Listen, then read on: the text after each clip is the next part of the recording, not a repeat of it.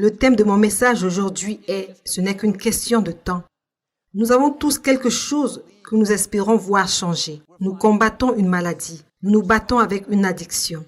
Nous avons affaire à la peur, la dépression, l'anxiété. Nous savons ce que Dieu a promis, qu'il va restaurer notre santé, qu'il va nous libérer de cette peur. Nous avons prié, nous avons cru, mais nous ne voyons rien s'améliorer. Mais ce que tu ne vois pas, c'est que dès l'instant où tu as prié, dans le monde invisible, la source de ce qui venait contre toi a été coupée. La source de cette peur, la source de l'addiction, la source de la maladie. Tu peux ne voir aucune manifestation pendant quelque temps. Il peut n'y avoir aucune évidence que les choses ont changé. C'est à ce point que plusieurs personnes se découragent. Mais il y aura toujours une période ou un temps où tu auras l'impression que Dieu n'a pas fait ce qu'il a promis. La peur vient toujours. Le rapport médical ne s'est pas amélioré. L'addiction est toujours pareille. Mais ce qui alimente ces choses a été coupé. Tu peux avoir l'impression que c'est toujours en vie, mais la vérité est que la peur est morte. La maladie est morte, les problèmes au travail sont morts. Ne te décourage pas juste parce que tu ne vois rien se produire. Ce n'est qu'une question de temps. Un jour, Jésus quittait la Béthanie. Il a aperçu un figuier à distance. Il avait faim, alors il s'est approché pour avoir quelque chose à manger. Mais l'arbre n'avait pas de figuier. Jésus a dit à l'arbre que plus personne ne mange plus jamais de ton fruit. Il a maudit l'arbre. Mais lorsqu'il a dit, rien de l'extérieur semblait différent. L'arbre était tout autant fort et en bonne santé comme il a toujours été. Je peux entendre les disciples commencer à murmurer. Que s'est-il passé? Ça n'a pas marché. A-t-il perdu sa puissance? Ils avaient eu à voir Jésus parler à un aveugle et il a retrouvé la vue. Il avait vu parler à la tempête et calmer la mer. Mais cette fois, lorsque Jésus a parlé, rien n'a changé. Il n'y avait aucune évidence que ce qu'il avait dit s'était produit. Mais le jour suivant, pendant que les disciples passaient, ils ont vu l'arbre. Les Écritures disent que l'arbre avait flétri depuis la racine. Lorsque Jésus avait parlé à l'arbre, rien ne s'était produit de l'extérieur. Mais de l'intérieur jusqu'à la racine, la source avait été coupée. Quand les racines sont mortes, l'arbre meurt. Il peut toujours paraître en vie, son feuillage peut toujours être vert, ses branches peuvent toujours être fermes, mais ce n'est qu'une question de temps pour que l'extérieur rattrape ce qui se passe à l'intérieur. Tu peux avoir l'impression que cette maladie à laquelle tu es confronté est toujours vivante. L'anxiété est toujours aussi sérieuse qu'avant, l'addiction tout autant forte. Tu as prié et tu te demandes pourquoi Dieu ne veut rien faire. Mais Dieu a fait quelque chose. Dès l'instant où tu as prié, il a coupé la racine. Cette addiction peut avoir l'air d'être en vie, mais si tu regardes la racine, tu te rendras compte qu'elle est morte. Ce n'est qu'une question de temps pour que l'extérieur se rattrape. Cette maladie peut paraître permanente, comme si tu ne vas jamais être en santé. Il faut avoir une nouvelle perspective. Les racines ont été coupées. Ne te décourage pas parce que l'arbre a toujours des feuilles vertes. Tu ne vois aucun changement se produire. Le psalmiste a dit, la force du méchant a été coupée et la force de l'homme pieux va croissante. Tout ce qui cherche à te stopper, tu dois considérer que sa source a été coupée. Ça peut être un obstacle pour toi maintenant, mais ce n'est pas permanent. Ça ne va pas durer. Pourquoi? Cela a perdu sa source. Chaque jour, ça flétrit. Chaque jour, ça devient plus faible. Ça peut sembler pareil de l'extérieur, mais de l'intérieur, c'est en train de flétrir. Lorsque Jésus a parlé à l'arbre, il n'y avait aucune évidence que quelque chose avait changé. Peut-être que tu espères quelque chose et tu ne vois aucun signe que les choses s'améliorent. Tu déclares la foi sur ta santé, mais le rapport médical ne s'améliore pas. Tu pries pour ton enfant, mais il n'est pas en train de se remettre sur des rails. Si tu as juste quelques évidences, si tu pouvais voir un petit signe, alors tu aurais cru. Alors c'est en cela que la foi consiste. Tu ne peux pas marcher par ce que tu ne vois pas, tu dois marcher par ce que tu connais.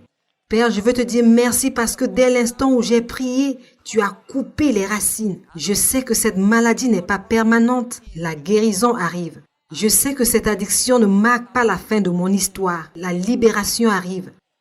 Je sais que cette dépression n'a pas le mot final. Père, je te dis merci parce que c'est en train de flétrir. Et certaines choses dont tu te soucies, Dieu les a déjà réglées. Tu ne l'as pas encore vu, mais dans la dimension invisible, les choses ont changé. Cette anxiété pour laquelle tu pries, demandant à Dieu de l'enlever, elle est déjà partie. Ce problème au travail, Dieu a déjà coupé la source. Alors fais ta part, reste dans la foi jusqu'à ce que cela se manifeste. Continue de remercier Dieu. Continue de parler comme si tu es libre. Continue de penser comme si tu es en santé. Continue de vivre comme si tu es victorieux. J'ai parlé avec un homme qui se battait avec une addiction depuis des années. Il a dit, Joel, j'ai demandé à Dieu de m'aider, mais rien ne s'est passé. Il ne voyait rien changer de l'extérieur. Alors il a supposé que Dieu ne faisait rien.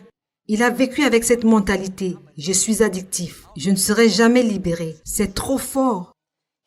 Il attendait de voir les manifestations avant de croire que Dieu était en train de travailler.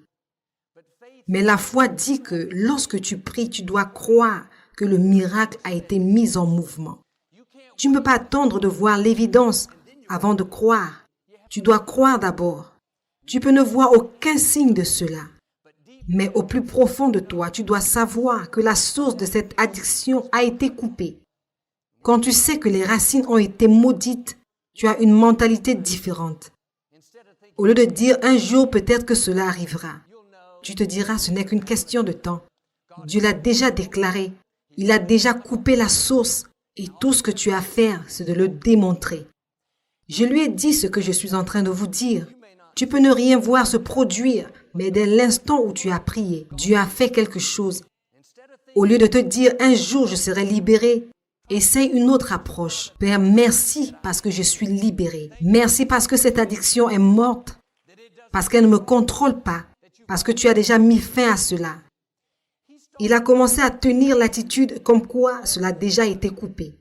Il n'a pas cessé de remercier Dieu du fait qu'il soit libéré. Il parlait comme s'il était libéré. Je l'ai revu environ 6 mois plus tard. Il a dit, après 22 ans d'addiction, aujourd'hui je suis totalement libéré. Attends-tu de voir une évidence pour croire à ce que Dieu a dit de toi? Es-tu en train d'abandonner parce que tu ne vois aucun signe? Si tu te mets en accord avec Dieu, tu verras ce qu'il a fait de l'intérieur se manifester à l'extérieur. La source des choses qui cherchent à te stopper a déjà été coupée. Mais Joël, j'ai l'impression que c'est toujours en vie. J'ai l'impression que c'est plus fort que jamais. Ne te trompe pas à cause de l'extérieur. Victoria se trouvait dans notre cour un jour. Nous avons de belles roses dans le jardin. Elle a pris des ciseaux et elle a coupé l'une des roses et l'a ramenée à l'intérieur. Dès l'instant où elle avait coupé, elle est morte. Elle a été séparée de sa source de vie. Ce qui est intéressant, c'est qu'elle ne paraissait pas morte. Elle n'était pas du tout différente des autres roses qui étaient toujours dans le jardin. Elle était toujours aussi belle, aussi colorée. Elle sentait toujours bon. Elle l'a laissée dans un vase pendant quelques semaines. Elle était juste à côté de notre cuisine. Elle paraissait toujours belle, en santé, mais pendant tout ce temps, elle était morte. Ce n'était qu'une question de temps pour qu'elle flétrisse. Il peut y avoir dans ta vie des choses comme cette rose-là. La maladie a déjà été coupée. La dépression, la peur, l'addiction. Dès l'instant où tu as prié, elle est morte, mais elle paraît toujours pareille. Tu ne sens aucune différence, aucun changement. C'est OK, ça ne veut pas dire qu'elle est toujours en vie. Tout comme cette rose, à un moment donné, elle va flétrir. Tu vas voir ce que Dieu t'a promis. Mais la Bible dit, ne vous lassez point l'âme découragée. Le premier endroit où nous perdons la bataille, c'est dans notre propre pensée. Les pensées vont te dire, rien ne s'est passé lorsque tu as prié. Tu ne seras jamais en santé. Tu ne vas jamais rompre l'addiction. Elle est là depuis trop longtemps. Ne crois pas à ce mensonge. Les racines ont été coupées. Ce n'est qu'une question de temps pour que tu vois les choses changer en ta faveur. Nous avons des amis. À chaque Pâques, ils nous envoient des douzaines de roses. Ces roses viennent dans de grands sacs et elles ont de grosses tiges avec la fleur au bout. Ce qui est intéressant, c'est que bien que la rose soit morte, bien qu'elle ait été coupée de la brousse, si vous mettez cette tige dans de l'eau, la rose va fleurir. Elle est morte, mais elle va quand même fleurir. Elle n'a pas de vie, mais elle va quand même s'agrandir, s'élargir. Il y a des temps, même lorsque Dieu a coupé certaines choses, elles vont quand même s'agrandir. Bien qu'il ait coupé la racine du problème, il va s'accentuer. Tu seras tenté de dire, « Oh, cette maladie n'est pas morte, elle s'empire. Cette anxiété n'est pas partie, elle s'augmente au lieu de diminuer. » Non, reste dans la foi. Elle peut fleurir, elle peut grossir, mais elle est morte tout de même. Tout au long de la journée, Père, je te dis merci de ce que la source de ce problème a été coupée. Merci parce que tu as coupé la source de cette peur. Merci parce que tu as dit que cette maladie doit partir. Alors Seigneur, je vais me tenir en accord avec toi. Je sais que ce n'est qu'une question de temps avant que cela ne flétrisse. Quand nous essayions d'acquérir ce bâtiment, l'ancien Compact Center, nous avions fait face à tout genre d'opposition. Mais après 2 années, nous avions finalement eu de notre côté un membre du conseil de la ville. Et nous avons gagné le vote. Nous étions tellement émus. Nous savions que Dieu nous avait donné le bâtiment. Mais 3 jours plus tard, une entreprise qui possédait la plupart des propriétés autour du bâtiment a intenté une action en justice fédérale pour nous empêcher d'emménager. Je pensais que c'était la fin de l'opposition, mais elle ne faisait que commencer. Nous avons cette grosse entreprise qui se levait contre nous. Ils étaient les plus grands payeurs d'impôts au Texas. Une grande entreprise en immobilier. J'étais tenté de dire, Dieu, qu'allons-nous faire? Ils avaient plus de ressources, ils avaient plus d'influence. Mais j'avais fait ce que je vous demande de faire. J'ai dit, Père, je veux te dire merci parce que la source des personnes qui se lèvent contre nous a été coupée. Ils peuvent être plus grands, plus forts, mais je sais, Seigneur, que le fait que tu sois pour nous est plus important que le monde qui se lève contre nous. Tout comme le bourgeon de cette rose qui fleurit, même après avoir été coupé. Ne sois pas surpris si l'opposition fleurit contre toi. L'adversité fleurit. Les géants qui essayent de te stopper. Tu as l'impression qu'ils ont le dessus, mais reste en paix. Leur source a été coupée. Ce n'est pas permanent. Ce n'est qu'une question de temps pour que tu vois la main de Dieu. Tout était contre nous. On avait l'impression que ce bâtiment allait être retenu aux tribunaux pendant longtemps. On nous avait dit que l'autre partie n'allait jamais se retirer. Mais un jour, de nulle part, ils ont appelé pour dire qu'ils voudraient nous rencontrer. Nous nous sommes rencontrés et ils étaient d'accord que non seulement ils allaient nous laisser le bâtiment, mais aussi ils allaient nous donner en location 9000 espaces dans un parking couvert. Cette bataille légale de 2 ans a soudainement pris fin. Il peut y avoir des choses dans ta vie que tu croyais mortes. L'addiction, les problèmes au travail, la situation légale, mais maintenant elle fleurit. Elle s'agrandit. Tu penses que ta prière n'a certainement pas marché. Non, les racines ont été coupées. Cela peut fleurir, mais cela a perdu sa source. Ce à quoi tu as affaire n'est que temporaire. Ça ne peut pas durer sans la source. Cette rose paraissait si belle pendant quelques semaines. Elle avait l'air si forte et en bonne santé. Mais ensuite, soudainement, elle a commencé à flétrir. Tu es sur le point de voir certaines de ces situations soudaines, les choses pour lesquelles tu as prié. Tu crois que la source a été coupée, mais elle a l'air d'être toujours en vie. Non, tiens-toi prêt, cette addiction est sur le point de partir soudainement. Cette dépression est sur le point de soudainement stopper. Cette dépression est sur le point d'être soudainement vaincue. Cette maladie est sur le point d'être soudainement changée. Elle peut être en train de fleurir maintenant. C'est un signe qu'elle est sur le point de partir. C'est un signe que tu es proche de ta percée. Tu es proche d'une nouvelle dimension. Tu es sur le point de voir la liberté comme jamais auparavant. Lorsque tu entres chez quelqu'un, tu aperçois un joli bouquet de fleurs. Elles peuvent sentir bon, elles peuvent paraître belles. Vous n'avez jamais pensé au fait que les fleurs sont mortes et que dans quelques semaines, elles vont être jetées. Lorsque les choses négatives explosent dans ta vie, tout comme ces roses, elles peuvent paraître permanentes, comme si elles seront là pour toujours. Tu dois te rappeler d'une chose, ce n'est que temporaire. Cette maladie peut être en train d'exploser. Elle a l'air si impressionnante. Je connais un secret. Elle ne va pas durer longtemps. Ce problème dans ton mariage paraît permanent. Non, ça aussi, ça va passer. Ton enfant a déraillé. C'est comme s'il va rater sa destinée. Non, la source de ce problème a été coupée. Ça peut être en train d'exploser maintenant, mais cela ne veut pas dire que ce n'est pas mort. Dieu a déjà mis une fin à cela. Ça prendra peut-être un peu de temps pour voir ce que Dieu a promis, mais c'est en chemin. Ne te mets pas à l'écart. Ne sois pas découragé à cause de ce qui ne se produit pas. J'ai entendu les gens dire que l'ennemi fait plus de bruit quand il est sur le point de partir. Vous pensez au fait que lorsque Jésus demandait aux démons de quitter les gens, très souvent il partait en laissant un grand cri. Il faisait du bruit, toutes ces agitations.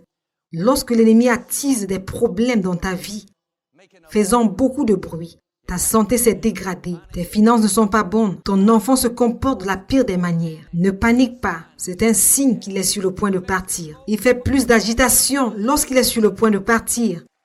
Il y a une dame qui avait eu un rêve.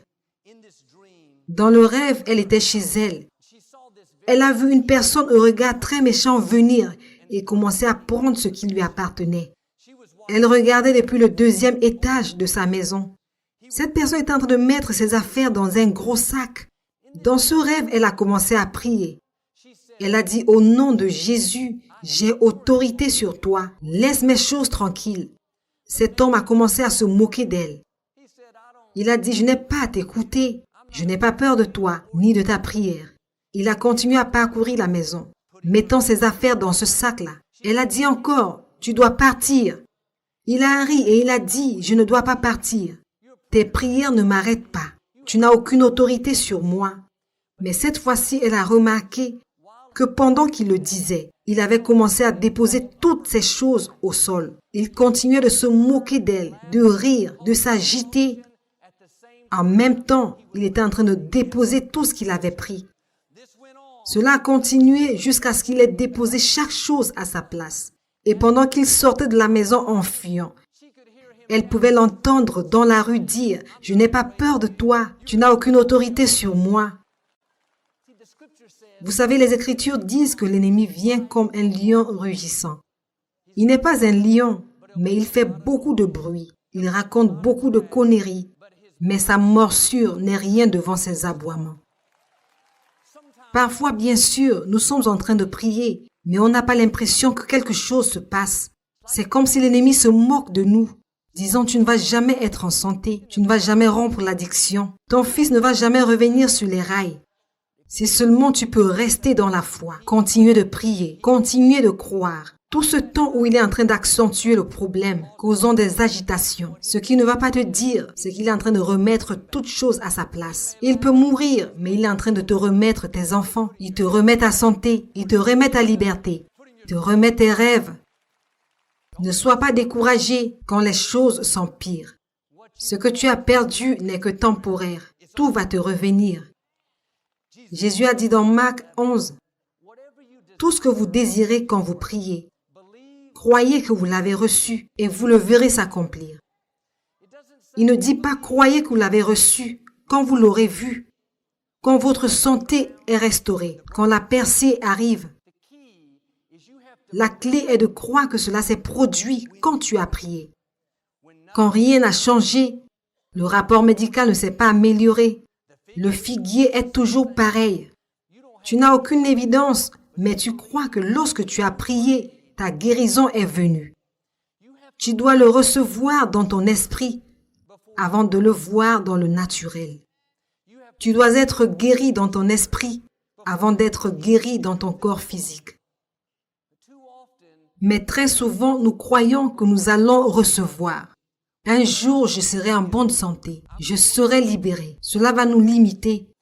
La prière de foi dit, quand je prie selon la parole de Dieu, je crois que la chose s'est produite dès l'instant où j'ai prié. Je l'ai dans mon esprit. Tu dois le recevoir dans ton esprit, sinon tu ne le verras pas dans le naturel. Quand on a découvert que ma mère avait un cancer terminal, mon père et elle ont prié le 11 décembre 1981. Ce jour-là, ma mère avait cru qu'elle avait reçu sa guérison.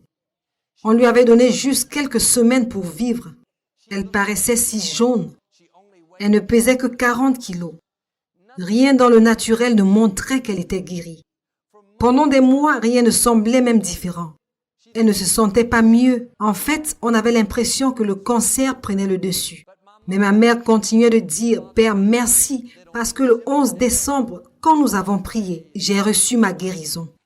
Merci parce que ce jour-là, le vent de la bataille a tourné en ma faveur. » Elle a continué de dire merci à Dieu. Elle a continué de se déclarer en bonne santé. Elle a continué de déclarer les Écritures sur sa vie. Je vivrai et je ne mourrai pas. Dieu va me satisfaire avec une longue vie.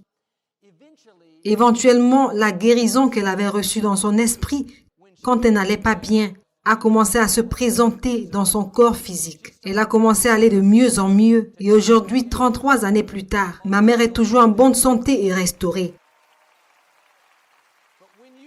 Lorsque tu crois que tu as reçu après avoir prié, tu ne continues plus de demander à Dieu de le faire. Tu commences à lui dire merci. Si j'ai déjà reçu ma guérison, je n'ai pas besoin de continuer de demander à Dieu de me guérir. Le suppliant disant, Seigneur, guéris-moi s'il te plaît. Mais au contraire, tu dois commencer à dire, Père, merci parce que je suis guéri. Merci parce que je suis libéré. Merci parce que je suis béni. Peut-être que tu crois en Dieu pour une bourse. Père, je te demande cette bourse afin de pouvoir continuer mes études. Seigneur, je crois que je l'ai reçu maintenant dans mon esprit. Tu le reçois par la foi. À partir de là, Père, merci pour cette bourse.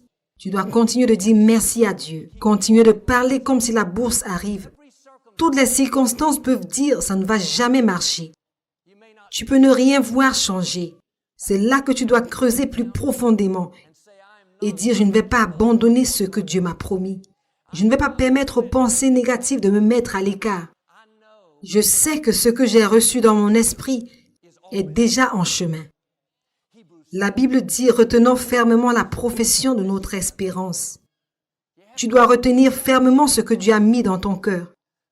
Il y a des forces qui cherchent constamment à nous convaincre que ce que Dieu a dit ne va jamais se produire. Ça fait trop longtemps. Il n'y a aucun signe, sinon cela se serait déjà produit. Non, dans la dimension invisible, les choses ont déjà changé. Le miracle a déjà été mis en mouvement. Les racines des choses qui ont toujours essayé de te retenir ont déjà été coupées. Alors reste dans la foi jusqu'à ce que tu vois les manifestations. N'abandonne pas. Tu peux être tenté de laisser tomber. Tu es sur le point d'abandonner tes rêves, ta santé, tes enfants. Non, accroche-toi encore. C'est plus proche que tu le penses. Tu ne serais pas en train d'écouter ceci si ce n'était pas sur le point de se produire. Quand je grandissais, mon père tenait toujours une grande conférence à Lakewood, à chaque Thanksgiving. C'était l'un des plus grands événements de l'année. Il faisait venir des missionnaires que nous soutenons partout dans le monde entier.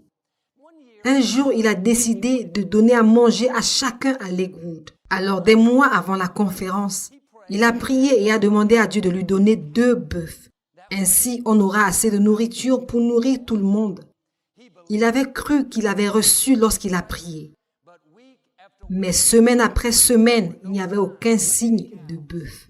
Il a continué de croire, disant à l'église que les bœufs arrivaient. Mais toutes les voix lui disaient, tu es en train de perdre ton temps. Personne ne t'a jamais donné un bœuf. Tu ferais mieux de te contenter des poulets. Mange plus de poulet. Pendant que l'événement approchait, il a commencé à penser. Va juste acheter des bœufs. Tu en as les moyens. Ça ne va jamais se produire. Finalement, il s'est senti tellement abattu qu'il a arrêté de parler des bœufs et il est allé acheter de la viande pour la conférence. Quelques semaines plus tard, il a fait un rêve une nuit. Dans ce rêve, il a vu un grand serpent sortant des champs. Et à l'intérieur de ce serpent, il pouvait voir les silhouettes distinctes de 2 bœufs. Il s'est réveillé et c'était comme si Dieu lui avait dit « Je veux juste que tu saches que tu as permis à l'ennemi d'avoir tes bœufs. » Ces bœufs appartenaient déjà à mon père. Dans la dimension invisible, ils étaient déjà en chemin. Mais lorsque nous sommes découragés, lorsque nous cessons de croire, ça ne va jamais se produire. Je ne serai jamais en santé. Je ne vais jamais rencontrer la bonne personne. Joël, regarde le figuier, ça n'a pas changé. Mais mon défi pour toi, c'est ne perds pas tes bœufs.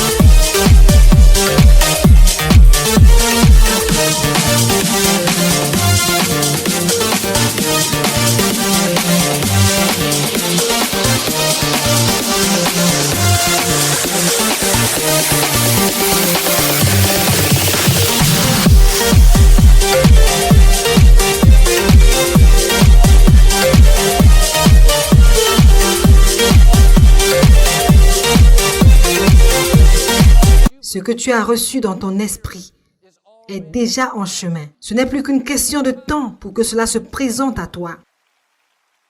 Retiens ta profession. Continue de croire. Continue de remercier Dieu que cela est déjà en chemin. Dieu est fidèle. Ne permets pas au manque d'évidence de te convaincre que rien ne se produit. Dans la dimension invisible, les choses changent. Les forces qui t'ont stoppé dans le passé ont été vaincues. Les racines de cette dépression ont été coupées. Cette addiction, cette maladie, tu peux avoir l'impression qu'elle est toujours en vie, mais ce n'est qu'une question de temps. Tu vas voir ce que Dieu a promis. La raison pour laquelle cela semble plus difficile, la raison pour laquelle les choses sont pires, c'est que l'ennemi est sur le point de partir. Je crois et je déclare que ce que tu as reçu dans ton esprit est sur le point de se présenter dans le naturel. Tiens-toi prêt pour la guérison, la promotion, la percée, les bonnes personnes, la plénitude de ta destinée. Au nom de Jésus. Et si tu l'as reçu, peux-tu dire Amen aujourd'hui?